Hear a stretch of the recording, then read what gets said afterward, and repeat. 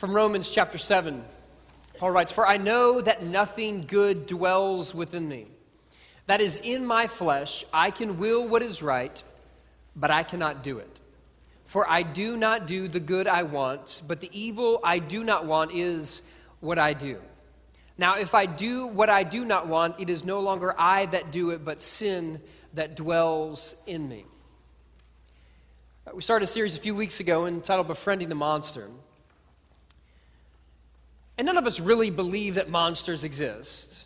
We don't think Dracula is haunting our house. We don't believe Godzilla is going to show up and destroy our town. But these fake monsters put fur, flesh, and skin upon the very real fears that we all have. The anxieties, this question of, am I enough? Do I matter? Am I out of control? And what we're trying to say in this series is that these monsters can be the very thing that direct us towards life and salvation. That if we learn to befriend them, that these can be the very things that save us. They can pull us to life and hope. But we would be naive to think that that's the only direction these things are pulling us towards. Because there's something in us that makes us do not the good that we want to do, but the good that we want to do is what we don't do. And the very thing we don't want to do is what we end up doing. So in 1985, a movie that looks just like this came out. Anyone know the name of this movie? Teen Wolf. And this gentleman right here is Mr. J. Fox. Had the unlucky situation of finding out when he was a teenager that he wasn't like every other young man. He was a wolf, a werewolf. And he tried to suppress his werewolfness, but the stress and anxiety of a high school basketball game causes his werewolfness to emerge, as if the teenage years weren't awkward enough. When you got that much shoulder hair, it just makes it harder. But Mr. J. Fox was not the first werewolf. The word werewolf comes from the Old English word for wolf person. There's a Greek word, leukanthropos. Anthropos as in people, leuk as in great sense of humor.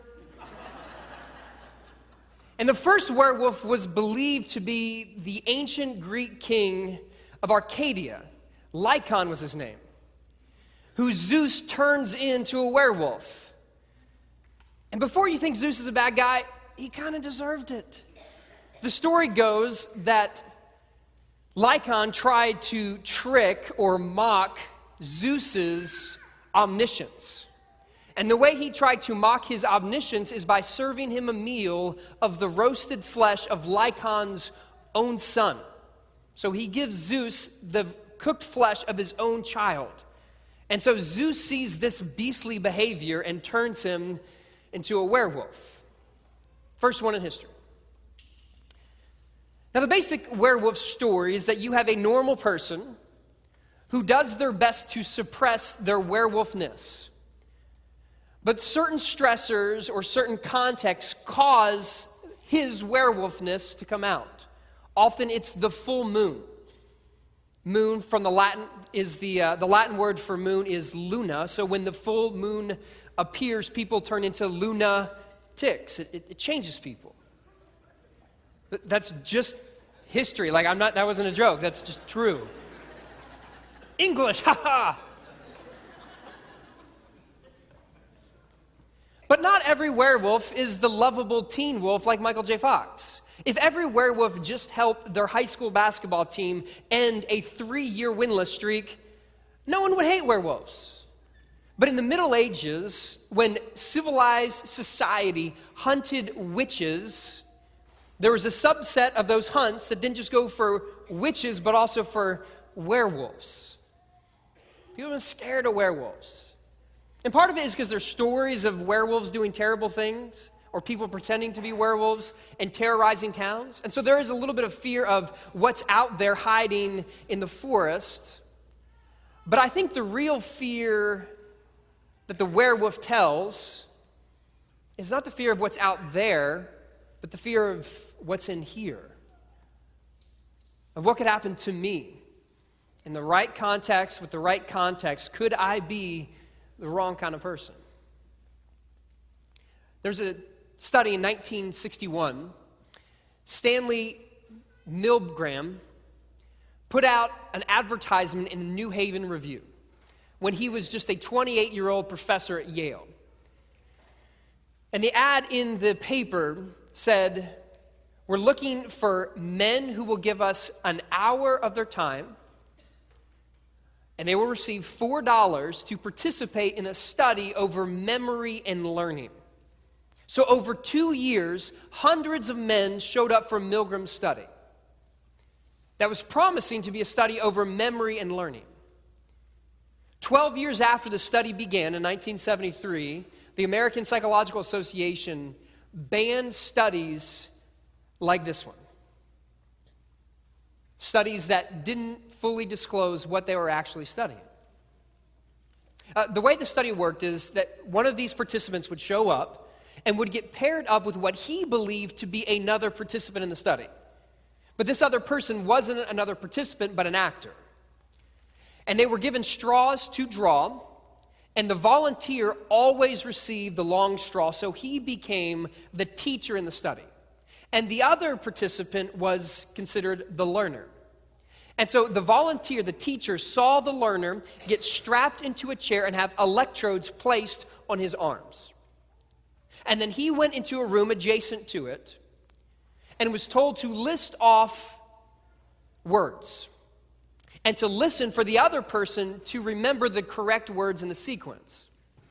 And every time the learner misspoke and said the wrong words out of the order or just a different word, he was to use the device in front of him to shock the other person.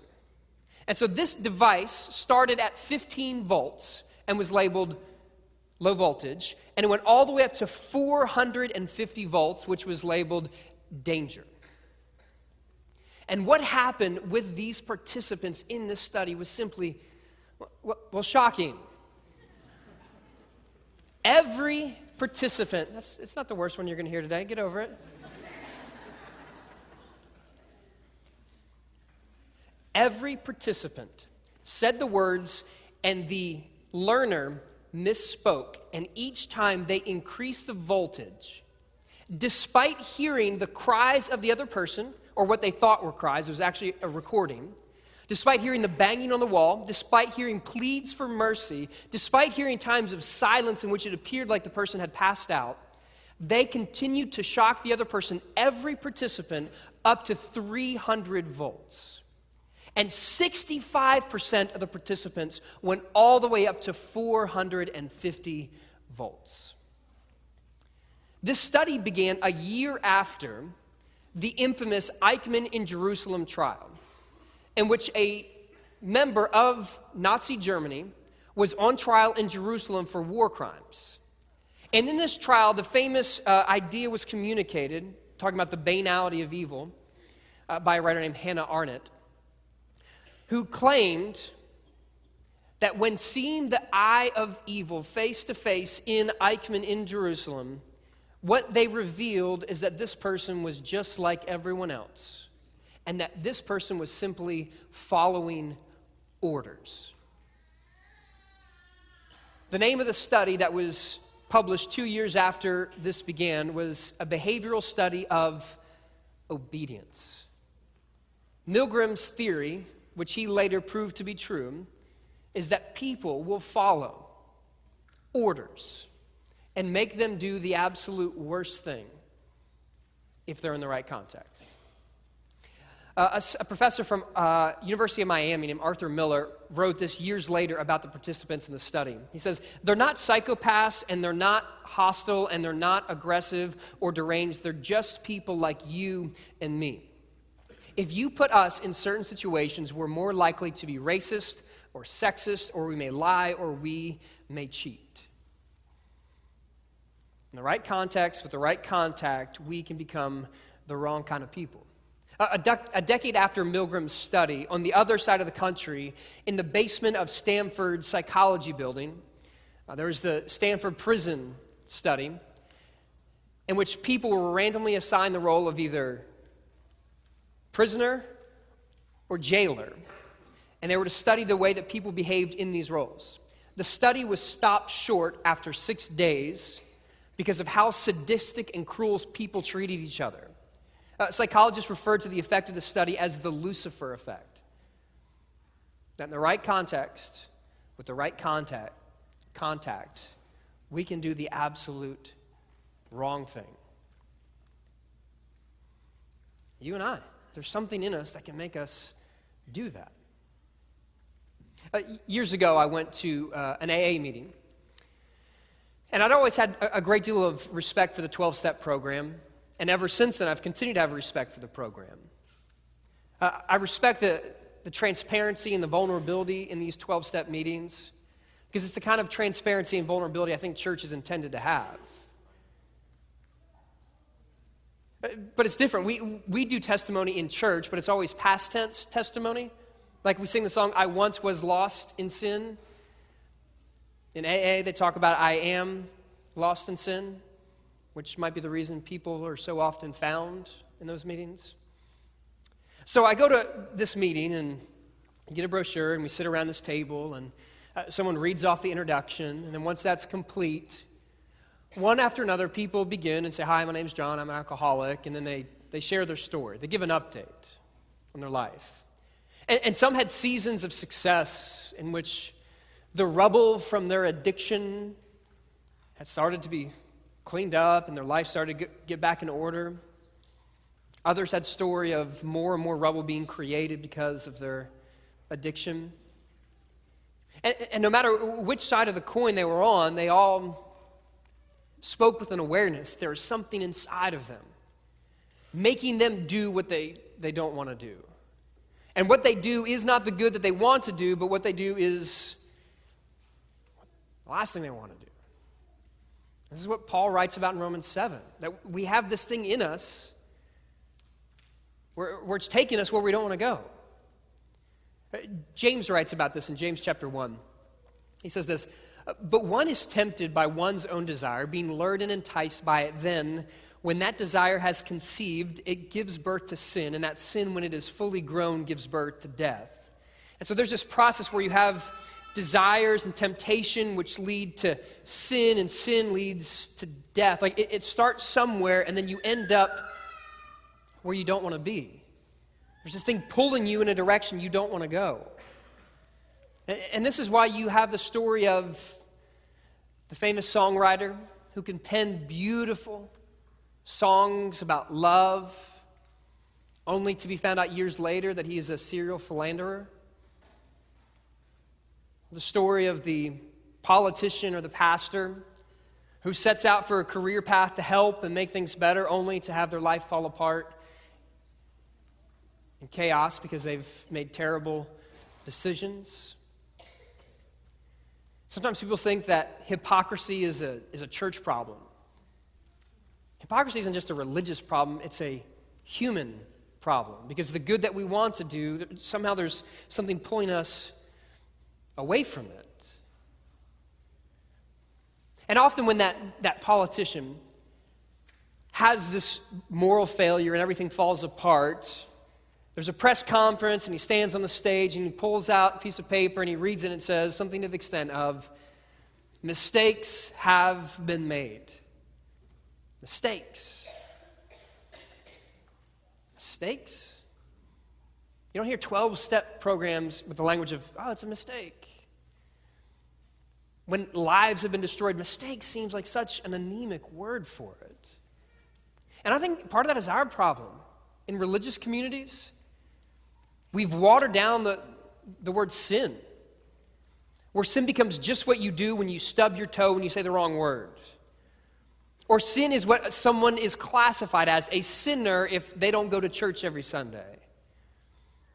Instead of the understanding that this is this thing, this entity that is pulling you away from life and God's intention for you, it's this thing that shapes you into what you weren't intended to be.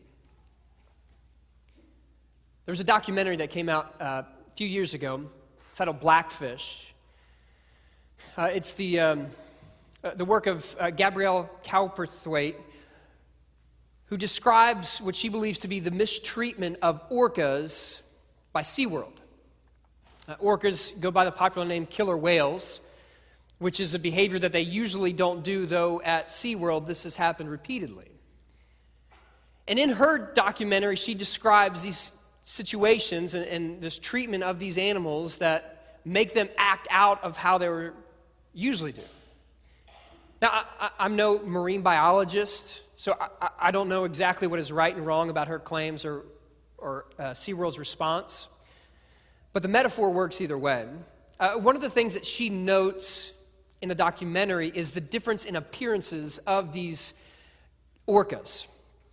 The one on the top is an orca at SeaWorld, and the group on the bottom is orcas in the wild.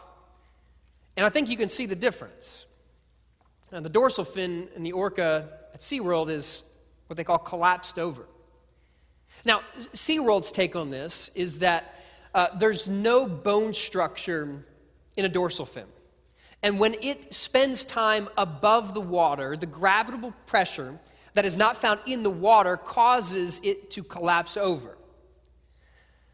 Now, her response, Blackfish's, the documentary's response, is that only 1% of orcas in the wild have a collapsed dorsal. Only 1% of male orcas in the wild have a collapsed dorsal fin. But every male in captivity has a collapsed dorsal fin. And one of the theories is because when they don't swim in anything but a circle, and they don't feel the pressure of the ocean waves, the muscles that cause the dorsal fin to stand tall are atrophied and they waste away. If you don't use it, you lose it. They're supposed to stand tall because of the pressure, but because of not being and living how they're supposed to live, they collapse over. James says, start with enticement, it leads to sin, and then it turns into death. Augustine described the effect of sin in the Latin phrase, incurvatus in se. Sin incurves. So you're created in the image of God. You were to be this kind of woman or man, but sin curves us in on ourselves. We were supposed to live like this, but what sin does is it turns us on ourselves. I had a divorced friend years ago, again, a conversation with a group of friends, and one of our mutual friends said something about his new girlfriend and if they're going to get married, and he said, no, I'm never going to get married again. I would rather just buy our house next to mine, so we're going to be close, but I don't want to get married to her. And if you read the Bible, you know there is a great value of singleness in Scripture. Jesus was single. Paul says, some of you, it's good for you to remain single. It's a good thing. That's what Scripture teaches us. But if you're staying single because you become so selfish that you can't share your life with someone else, that's not the good that God created you to be.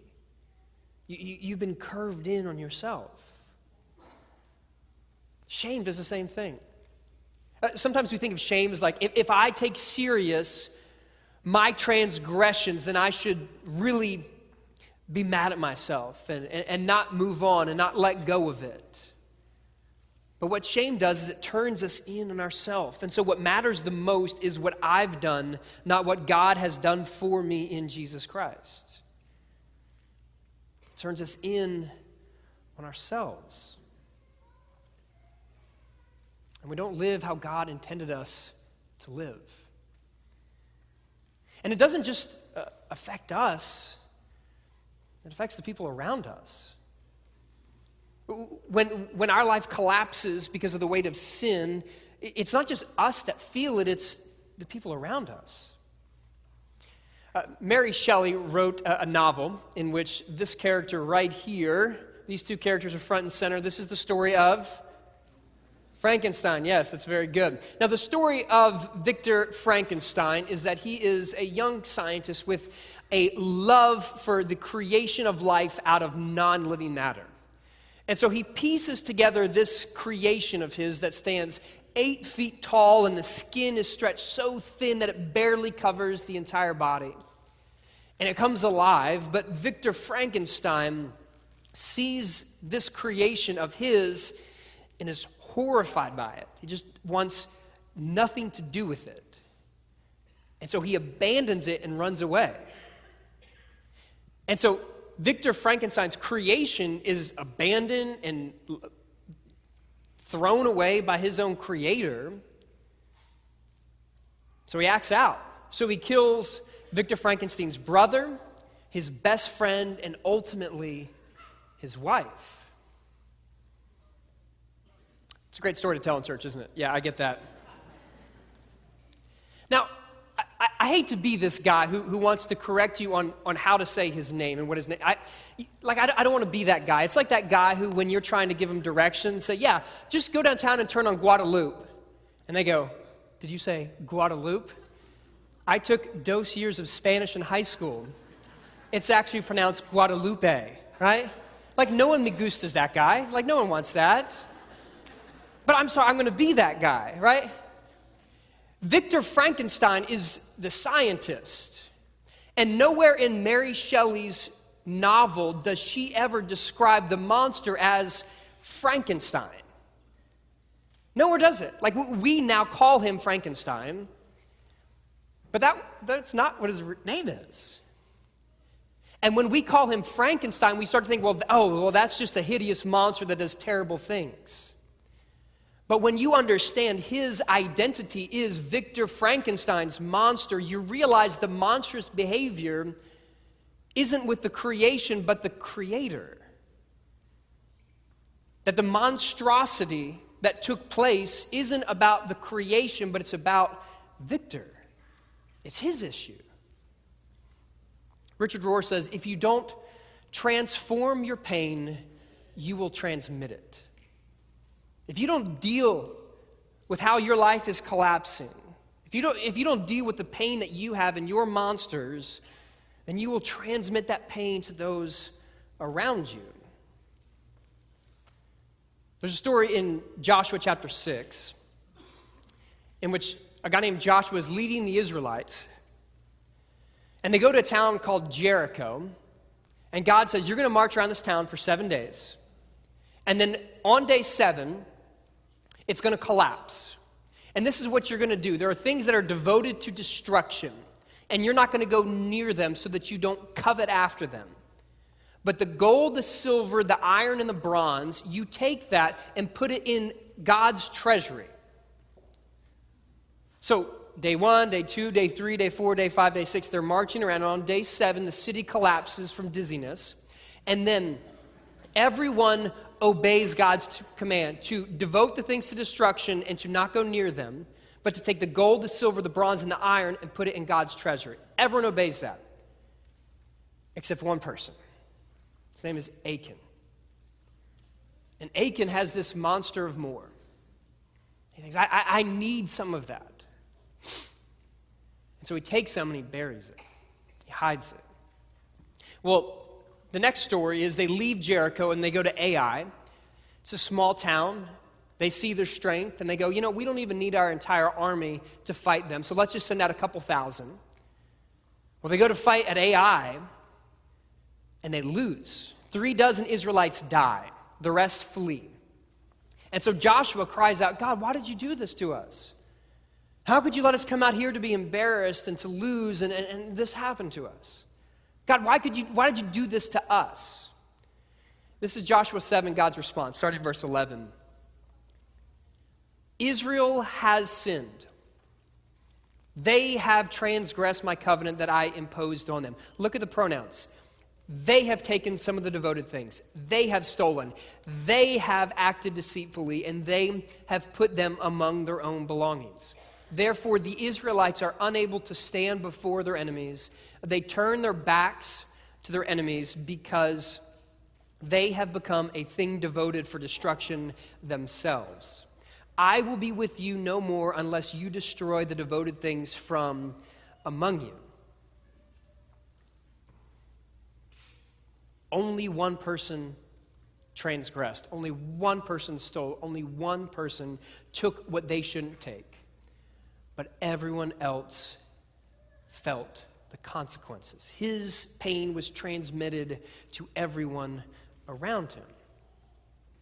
I have a friend who is a first grade teacher, and one day at the end of class, she noticed that she was missing some things. She was missing an envelope of cash that had $38, a pack of gum, and a plastic flower. Now, I get why people would steal gum and money, but why a plastic flower? I don't understand. And so the next day, she goes through her class. First graders are all sitting there. And she says, yesterday, I had 3 things go missing: an envelope of money, plastic flower, and some gum. If one of you took that and you bring it back, no questions will be asked. No one's going to be in trouble. If you took this, it's not yours. I understand it happens. Just bring it back and we're all good. No one responds. And so she says, okay, well, I'm going to go look in your backpack. And see, she starts looking in one backpack after another. She goes down the first row, gets to the second row, and then while she's about almost done with the second row, a hand in the back goes up, and this chin starts to quiver, and a big alligator tear rolls down this boy's eye. So she walks over and says, what happened? He said, yeah, I'm sorry. I took the plastic flower, I took the gum, and I took the envelope with cash. And all $38 are still with me, but they're not with me right now. They're at my house. So she said, okay, well, you go home tonight, bring that stuff back in the morning, and everything's okay. Well, that afternoon, school's out. Mom comes up to pick up that boy. So the teacher goes over to the mom and says, there's a little incident. Your son yesterday took some stuff that wasn't his. He says it's at home. He's going to get it tonight and bring it back tomorrow, and then everything's okay. And the mom says, he didn't take anything. The teacher says, he said he took it. He told me the specific dollar amount that was in the envelope. And the mom says, no, he only said that because you made him say that. And this boy's quivering chin all of a sudden becomes defiant. He says, yeah, I don't have the stuff. I didn't take it. If you don't transform your pain, you will transmit it. The mother couldn't deal with her own pain and shame of her son being a thief. She couldn't transform that, so she transmitted it to her son. And this is the heart of generational sin. It's not that God's trying to punish you because of your parent or you through your kids. It's that when pain is not transformed, it is transmitted. When sin collapses you on yourself, it affects the people around you. Now, obviously, God is loving and God is for you. And when God's intention is for you to be here and sin drags you over there, God is still for you. God is still loving. Peter denied Jesus 3 times. Takes him to a place he doesn't want to be. Jesus finds him after he's resurrected and says, Peter, come back. He invites Peter back to where he was supposed to be. And God continues to do that to us. When sin pulls us away, God pulls us back. But just because God doesn't hate us because we sin, that doesn't mean sin doesn't hurt us. Monsters can be the very thing that point us to life and light and salvation, but they can also take us to the other direction. Let me read this text to you from Matthew 5. This is in the Sermon on the Mount. Jesus says, and if your right hand causes you to sin, cut it off and throw it away. It is better for you to lose one of your members than for your whole body to go into, the actual Greek word is Gehenna. If this hand is causing you to sin, instead of letting it take over your entire body and causing you to end up in the very worst place anyone could go, Gehenna, like this is, in the Jewish mind, that's the last place anyone wants to be. It's better just to lose part of you than for sin to take you entirely to where you don't want to go. John Steinbeck in East of Eden says that every person has a story. It's the same story. It's the battle of good and evil within us. We all have it. And that's the point of Milgram's shocking study, is that we would like to sit back in our comfortable seat of superiority and say, oh, those people in Germany, they were the monsters. They were transformed into this monstrous reality. And Milgram tried to say, we all have that same thing in us. That you put us in the right context and have the right context, and we can become the absolute worst thing. The question is, what are we going to do about it? Are you going to be aware of it?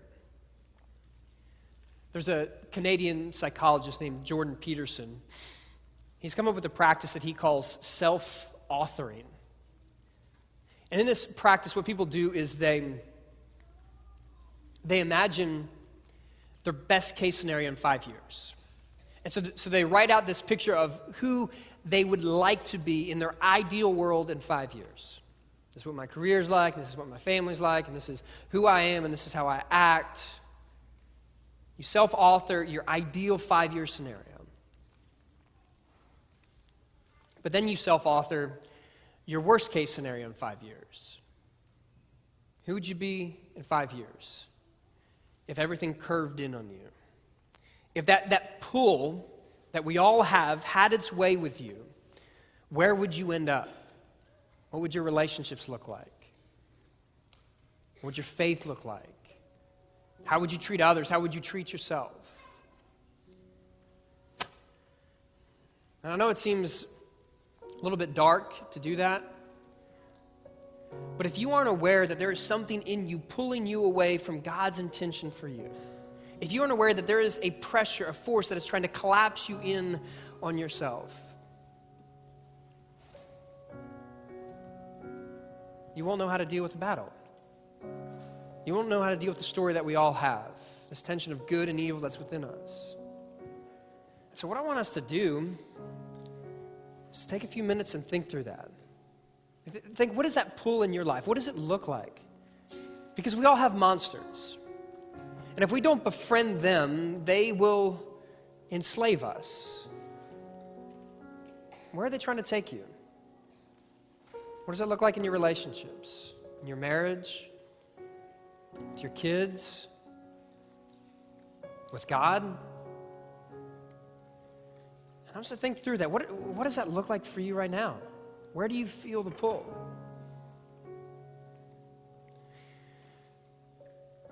And then what I want us to do is in a second, we're going to stand up and sing. And we're going to have ministers and their spouses in the back. We're going to have elders and their spouses in the back. And I know our elders would love to pray with you.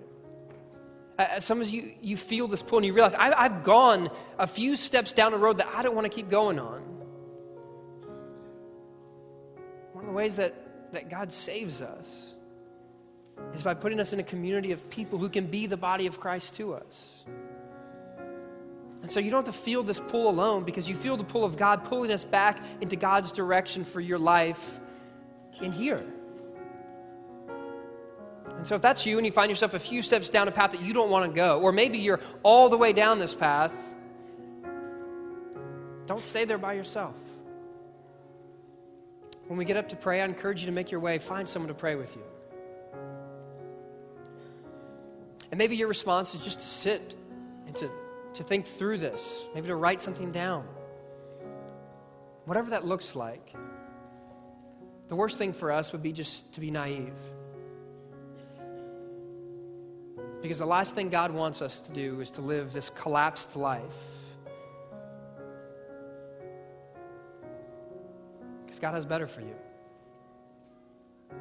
Let's pray.